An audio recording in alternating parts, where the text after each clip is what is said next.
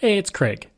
I just wanted to let you know that you can listen to Canadian History X early and ad-free on Amazon Music, included with Prime. Greetings and welcome to another episode of Canadian History X. If you'd like to support the podcast, you can. Just go to patreon.com/CanadaEHX.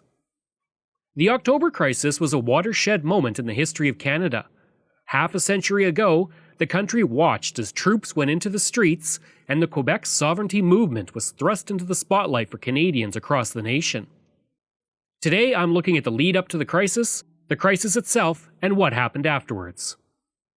Now, there's a lot of French names in this, obviously, and I'm actually doing my best to learn French right now, and I think I'm getting a pretty good handle on it. Nonetheless, I do apologize if I pronounce any names incorrectly. While the crisis in October of 1970 tends to be the main focus, the origins of the crisis itself go back to 1963, when the FLQ, also known as the Front de Liberation de Quebec, was formed as Quebec was going through major political, cultural, and social changes. Quebec was going through those major changes in the 1950s and 60s. Education had become secularized, and the state funding of schools rose from $200 million in 1960 to $1 billion in 1970. Hydro-Quebec became state-owned and the largest employer in the province, and the state, rather than the church, became the main instrument for the aspirations of residents of Quebec. Universal healthcare and a provincial pension plan were introduced, and capital was put forward into growing francophone businesses. There was a growing political movement for change, but some were looking at more radical means of change. It was a time around the world when anti-colonial sentiments were high, and communist governments were coming into power, including in Cuba. The FLQ, inspired by the many political movements worldwide, wanted a Quebec that had liberated itself from what they saw as an Anglophone domination and capitalism, and they saw the path to that through armed struggle. With that in mind, the FLQ chose to attack the symbols of what they saw as English colonialism with the hope that Quebecers would follow their example. Often lost in the shuffle when talking about the October Crisis is that over 200 bombings took place, with dozens of robberies. In fact, the first meeting of the founding members of the FLQ in February 1963 was celebrated by throwing a Molotov cocktail through the window of CKGM, an English radio station in Montreal. Between March and April 1963, 6 bombings took place in the city. More often than not, the prime target were mailboxes in Westmount, a rich Anglophone area of Montreal, as well as the head office of the CIBC, a federal government bookstore, and the residence of Montreal Mayor Jean Drapeau. The Montreal Eaton's bookstore and several Canadian Armed Forces facilities were also targeted. The worst bombing happened on February 13, 1963, when a bomb was detonated in the Montreal Stock Exchange, leaving 27 people injured. Through all of the bombings, 6 people would die. These acts were not without consequences. By the time the new decade of the 1970s was dawning, 20 FLQ members were in prison and 4 were sentenced to between 6 to 12 years after pleading guilty to manslaughter in the death of a watchman in the Canadian Armed Forces Recruitment Centre in April 1963. Pierre-Paul Geoffrey alone was responsible for 31 bombings, including the Montreal Stock Exchange, and he would receive 124 life sentences plus 25 years. At the time, it was the longest prison sentence ever handed down in the British Commonwealth. Also by this point, the FLQ had split into 2 cells based out of Montreal. The South Shore Gang would become the Chenier Cell, led by Paul Rose. The Liberation Cell was led by Jacques Slecteau, and that is the cell that would escalate things in the October Crisis initially. On October 5th, 2 members of the Liberation Cell went to the home of British diplomat James Cross, disguised as delivery men bringing a package for him. The maid let them in, and they quickly pulled out a rifle and revolver and kidnapped Cross. What is known for sure is that 49-year-old James Richard Cross was abducted as he left his downtown Montreal home for the British government office about 4 hours ago. His wife apparently saw 4 men, 3 with machine guns and 1 with a revolver, force Mr. Cross into a taxi. Then someone called the British Trade Commission office, but so far it hasn't released any details or made any comment. In Ottawa, a British spokesman says it's only speculation that the kidnapping is connected with a political movement. However, in what may be a related incident, the group calling itself the Association for the Release of Political Prisoners said it would hold a news conference later this afternoon at which it would present a list of demands for the release of what are called political prisoners. We don't know if the kidnapping and the news conference are tied in with each other. All that can be learned from the Canadian government is that several departments, including the Prime Minister's Office, Justice People, the RCMP, and External Affairs, are working on the case. The British Information Service in Toronto says Mr. Cross has never worked in the Middle East. He's been with the British Board of Trade since 1947, serving in New Delhi, Halifax, Winnipeg, and Kuala Lumpur before taking on the job as Senior Trade Commissioner in Montreal. In Toronto, police are now moving to tighten security around British government offices in this city. So for the moment, in the absence of further contact with the abductors, the afternoon news conference could be, and I repeat, could be, the only source of hard information about the kidnapping. This is Ken McCreath in Toronto. Demands were sent to the authorities, and for the release of Cross, the Liberation Cell wanted 23 imprisoned FLQ members released, the broadcast and publication of the FLQ manifesto, $500,000, and safe passage to either Algeria or Cuba. The kidnappers stated that the Quebec government was given 24 hours to comply. While the government rejected the demands, they stated they were willing to negotiate. And one of the largest manhunts in Canadian history would be initiated at this point.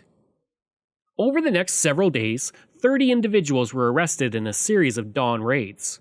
On October 8th, French newspapers published the FLQ manifesto, which was also read on Radio-Canada. René Lévesque, the leader of the Parti Québécois, published an article that implored the FLQ not to use violence or hurt Cross or anyone else.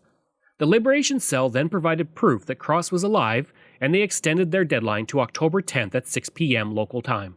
Just before the deadline was reached, Jérôme Choquette, the Justice Minister for the province, announced that the Liberation Cell would be granted safe passage out of Canada in exchange for the release of Cross, but no other demands would be met. The deadline would pass and two members of the Chenier Cell would arrive at the home of Pierre Laporte, cabinet minister and deputy premier, where he was playing football in the front yard with his nephew, Claude Laporte. Laporte was quickly kidnapped, escalating the crisis even more. Soon after the kidnapping was discovered, elected officials in Quebec began flooding the police with requests for protection. Claude Laporte spoke with CBC about what he saw. Well, we were playing football and a car stopped just in front of my uncle, and so two men get out of the car and said to him to enter in the car with two guns, how do you say, mitraillettes, là. Did they have machine guns or pistols? Handguns? No, une mitraillette, c'est quoi? Machine gun. Machine gun, yes. And what did they say? I don't know what they said, but Did they grab him? They push him with the machine gun. Mm-hmm. They pushed him into the car? In the car, yes. Yes. And what did they say anything to you? No, he was surprised and he just entered in the car. Yeah. Who had the football? He pitched to me the football. He threw the football out to you, and then they just came right out. Were there other men in the car? Yes, there were 2 or 3 in front and 2. What did you do then? I walked to the car and I saw the man inside, but I cannot see them very well because they were Hoods over the faces? yes, and they have yes, Kerchief? yes, Kerchiefs over their faces. yes, from the nose to yeah. All of them did, eh? No, just from here. Just from there, but all the people, all the men. I didn't say just the two Grabbed them. Yes. On October 11th, CBC broadcast a letter from captivity from Laporte that was sent to Quebec Premier Robert Bourassa. That same day, the Chenier Cell issued a demand stating they would kill Laporte unless all 7 FLQ demands were met by 10 p.m. that night. Just before 10 p.m., Premier Bourassa went on the radio and announced that he would not meet the demands, but that he was open to negotiations. The Chenier Cell postponed Laporte's execution. On October 12th, General Gilles Turcot, a veteran of the Second World War, would send troops from the Royal 22nd Regiment to guard federal property in the province, which had been requested by the federal government.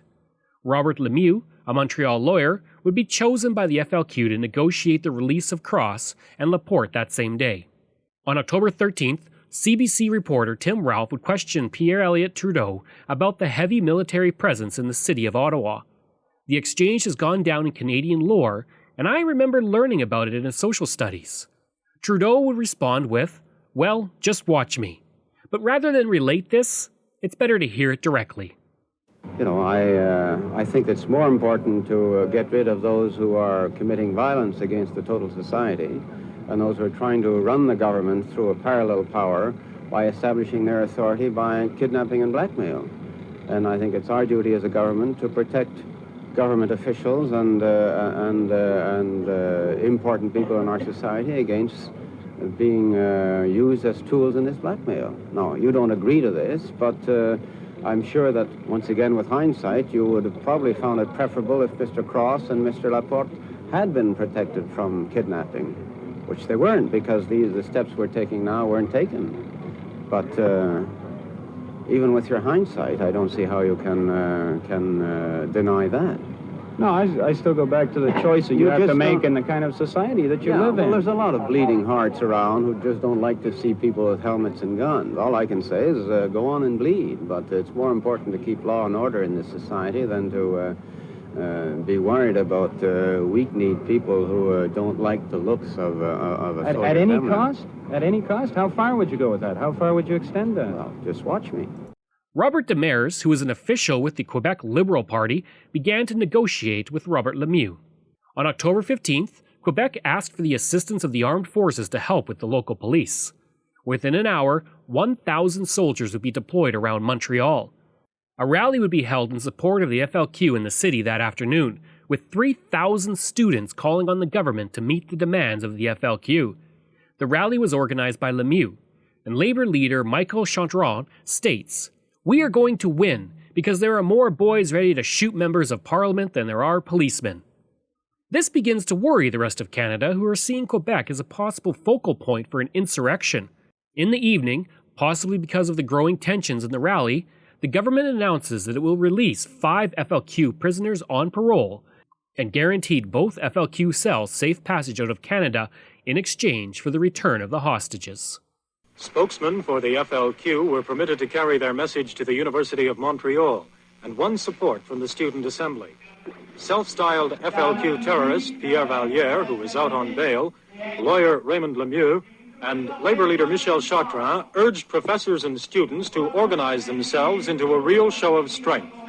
They claim the destiny of Quebec is now in the hands of the people. Not all 1,500 students at the meeting welcomed the idea.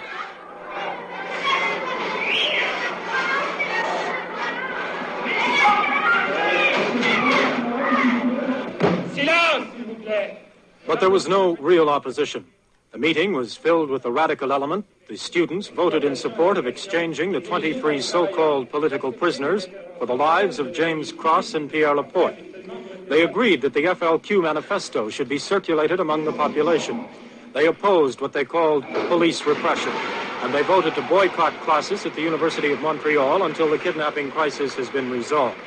Tonight, they plan a mass rally to get the support of students at the University of Quebec and the large teenage population in junior colleges and high schools. In other developments, 10 prominent Quebecers, including René Lévesque, the editor of Le Devoir, Claude Ryan, and union leader Louis Leberge, have asked the Quebec government to set free the 23 prisoners. They said it's urgent that the FLQ demands be met in order that social and political liberty in Quebec can be guaranteed. On October 16th, something would happen that has never happened in Canadian history, before or since. The War Measures Act would be implemented due to what was called the State of Apprehended Insurrection in Quebec. The act, which gives the government sweeping powers, had never been used in peacetime before, only during the First and Second World Wars.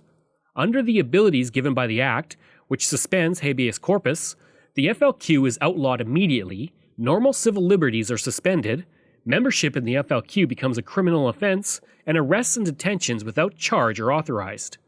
Anyone arrested under the Act was denied due process and could be held for 7 days without any charges, and some could be held for 21 days. Prime Minister Trudeau would go on television to announce the implementation of the Act.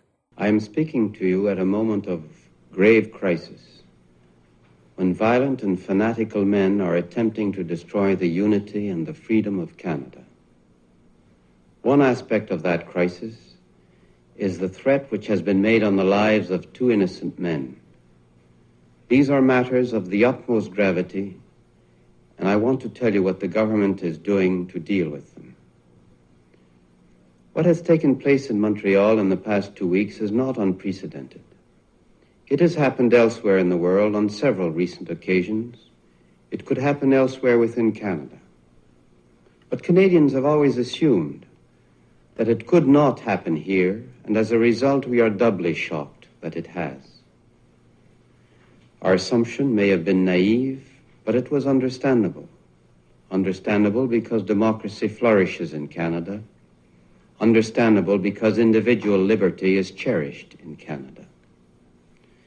Notwithstanding these conditions, partly because of them, it has now been demonstrated to us by a few misguided persons just how fragile a democratic society can be if democracy is not prepared to defend itself, and just how vulnerable to blackmail are tolerant, compassionate people.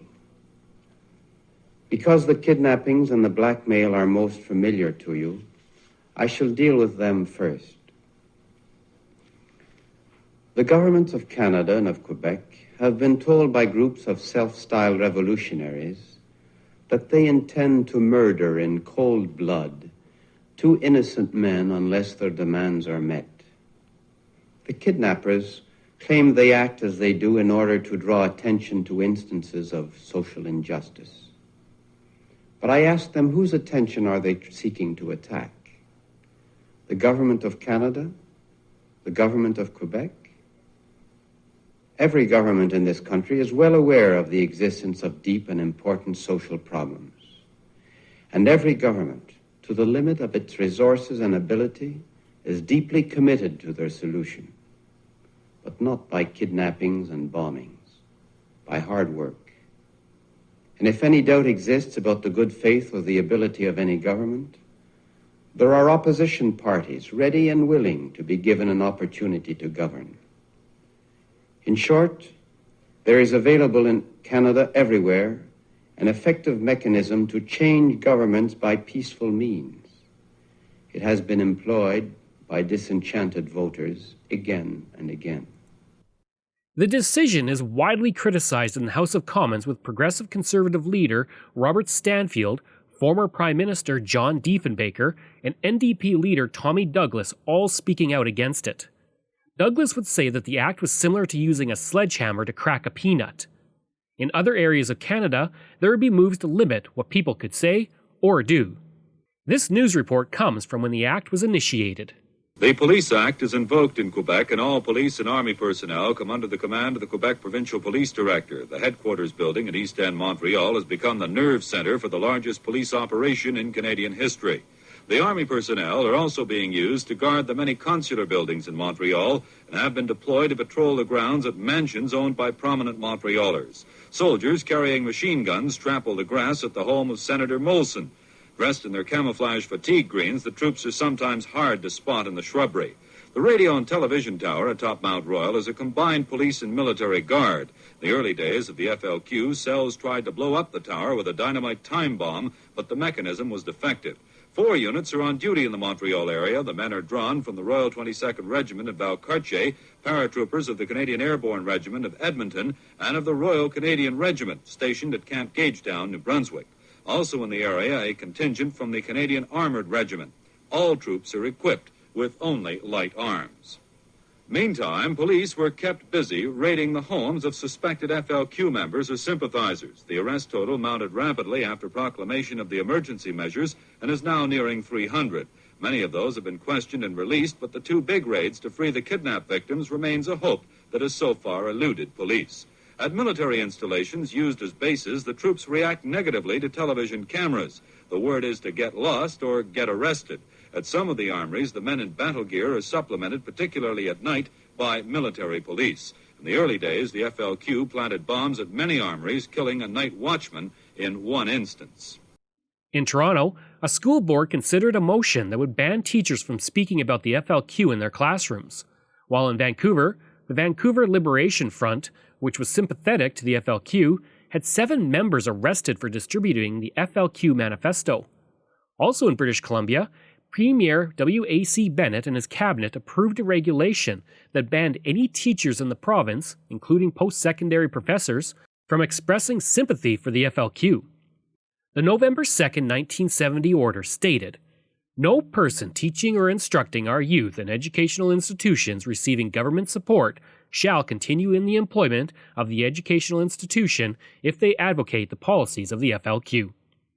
Vancouver Mayor Tom Campbell would use the entire situation to announce that he would use emergency powers to push hippies and draft dodgers out of the city, although he never actually pursued this. Around Canada, university newspapers also faced censorship and police scrutiny for publishing commentary on the FLQ. The Ontarian, a university newspaper in Guelph, published a special section on the FLQ manifesto with the War Measures Act included. Students who ran the newspaper took it to the printer on October 16th, but instead of printing, the manager of the printing press contacted the police. In the evening, 2 plainclothed officers came and took the master copies of the newspaper. An investigation was then conducted on the newspaper to see if they had violated the sedition section of the criminal code.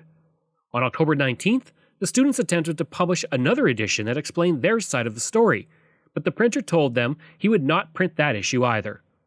On October 21st, the master copies were given to the RCMP, who would then consult with the Department of Justice. Nothing happened from this point, but the confiscated issues and master copies were never returned. Minister of Justice John Turner, who would go on to become Prime Minister and just died this year, would defend the act on television.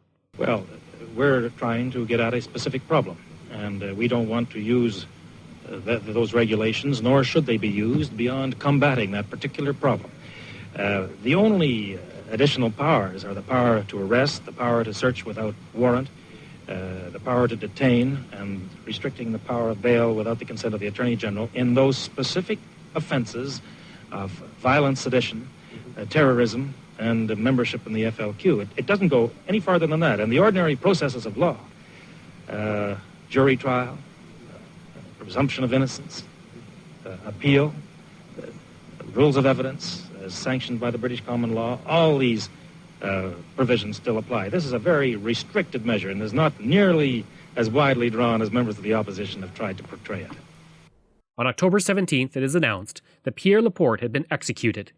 He had been strangled and then stuffed into the trunk of a car that was abandoned at the Saint-Hubert airport near Montreal. Shortly after the car was discovered, where the minister's body was in the trunk, police sealed off the entire area around St. Hubert Airfield. It was impossible for anyone to get past the police line. The only person apparently who did see the car was a reporter for radio station CKAC in Montreal. The radio station received several calls during the evening saying that Mr. Laporte had been murdered. The station finally was told to go to Place des Arts, the cultural center in Montreal, and find a communique. The communique was retrieved, and on it, in effect, there was a map telling them where a car containing the minister's body could be found. It was right by the fence at St. Hubert Airfield near a private airline company. Reporters were asked for identification as security was tightened around the area, especially after the body of the labor minister was found in the trunk of the car. Reporters milled about, but to no avail. No one got through the line close to the car. The car was the one used to kidnap the minister 7 days ago outside his home in the South Shore opposite Montreal. It is almost impossible to overstate the impact the assassination had. In Canadian history, only 3 sitting politicians have been killed. The first was Thomas D'Arcy McGee in 1868, the second was George Brown in 1880, and Laporte was the third, almost a century later. Within 2 days of the implementation of the War Measures Act, 250 people had been arrested. On October 18th, warrants are issued for Mark Carbonneau and Paul Rose in connection with the murder. Additional warrants are issued for other members of the Chenet cell, and by October 20th, 1,628 raids have been conducted by police under the War Measures Act. On October 26th, Barbara Cross, wife of James Cross, is broadcasted on CKLM stating, "To those holding my husband, I wish to express my confidence that, as he is the victim of circumstances, he will be treated well. I entreat them to free him without delay." On November 2nd, a $150,000 reward is offered by Quebec and the Canadian government for information leading to the arrest of the kidnappers. 4 days later, police raid an apartment and arrest Bernard Lortier. The other members of the Chenet cell had hid behind a false wall in the closet at the apartment and would leave the building the next day. By November 13th, 46 people had been detained under the authority of the War Measures Act, and a week later, a letter from Cross, dated November 15th, is sent that confirms he is still alive. After the arrest, Jacques Strudel and his wife Louise would negotiate the release of Cross in exchange for safe passage of all members of the Liberation Cell, including Jacques, Louise, and their infant daughter, to Cuba. Cross would emerge from a Montreal North apartment where he had been kept for 59 days, having lost 22 pounds, but in good health. He would state that he had not been harmed and had been treated well by his captors. Well, thank you very much, gentlemen.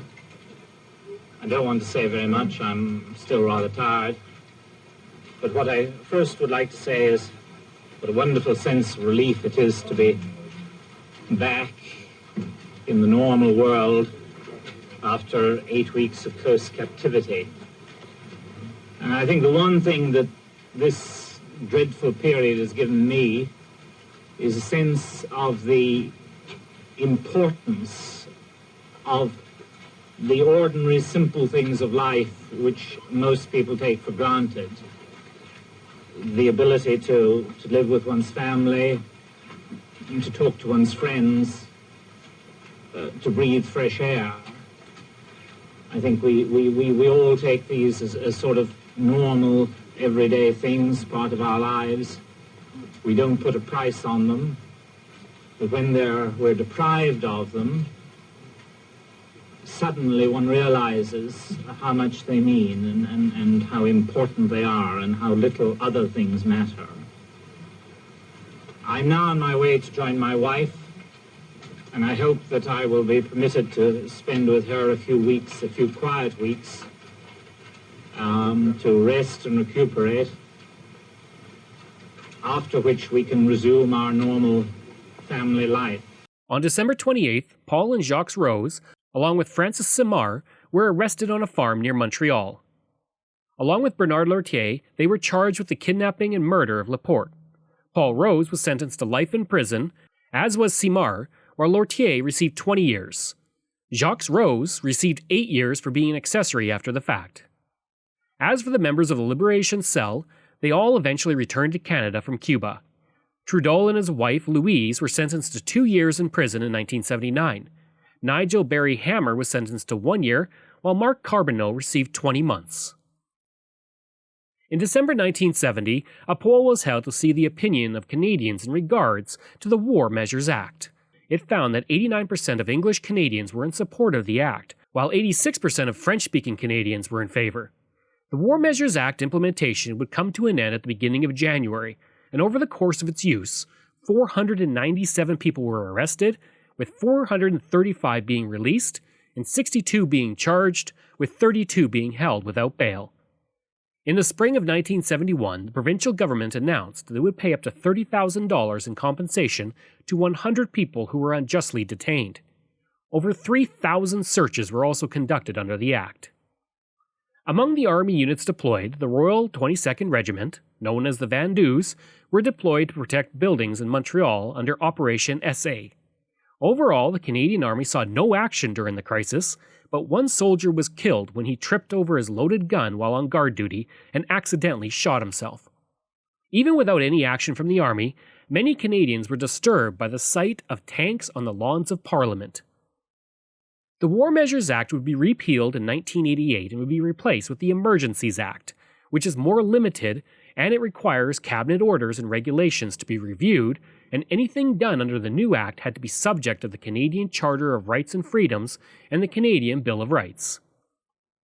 As for the FLQ, their support would take a serious hit due to the October crisis. Over the next 13 months, nearly 24 FLQ operatives would be arrested, and by the 1980s, the organization was gone. There would be a shift from the violent means to obtain sovereignty and a push towards political action for independence. In 1976, the Parti Québécois would come to power in the province, taking 70 of 110 seats and staying in power until 1985, then coming back into power in 1994 until 2003, and again from 2012 to 2014. The Bloc Québécois would rise in prominence as well, forming in 1991 and eventually becoming the second or third largest party in the House of Commons from 1993 to 2011. Following the crisis, the federal government would transform the Canadian forces into a more internal security force for the country, which was no longer capable of fighting a major conventional war as it once had. Half a century later, in 2020, there are calls for an apology from Ottawa for the use of the War Measures Act. When asked about the apology, Prime Minister Justin Trudeau, son of Pierre Trudeau who implemented the act, said, "There is no question that the events of October 1970 had a difficult impact on many Quebecers, but I think we need to remember, first and foremost, that this particular anniversary is going to be very difficult for the families of Pierre Laporte." As for Cross, he is still alive as of this episode, having reached the age of 99 on September 29th, and he has said that he has never forgotten his ordeal, and he has never forgiven his captors. I hope you enjoyed that look at the October crisis, and if you did, please leave a rating and review. You can reach me at craig@canadaehx.com. You can find hundreds of articles on Canada's history, as well as all my podcast episodes. Just go to canadaehx.com. And again, you can support the podcast for as little as $3 a month. Just go to patreon.com/canadaehx. Just like all of these wonderful patrons have. Aaron O'Hara, Robert Dunseith, Todd Casey, Catherine Roy, Luke S., Vic Hedges, J.P. Bear, Jason Hall, Phil Maynard, Spencer M., and Iris Gray. Information comes from the Canadian Encyclopedia, The History of Rights, CTV, Wikipedia, Guelph Today, Canada's History, and the CBC. Thanks, and we'll see you again next time.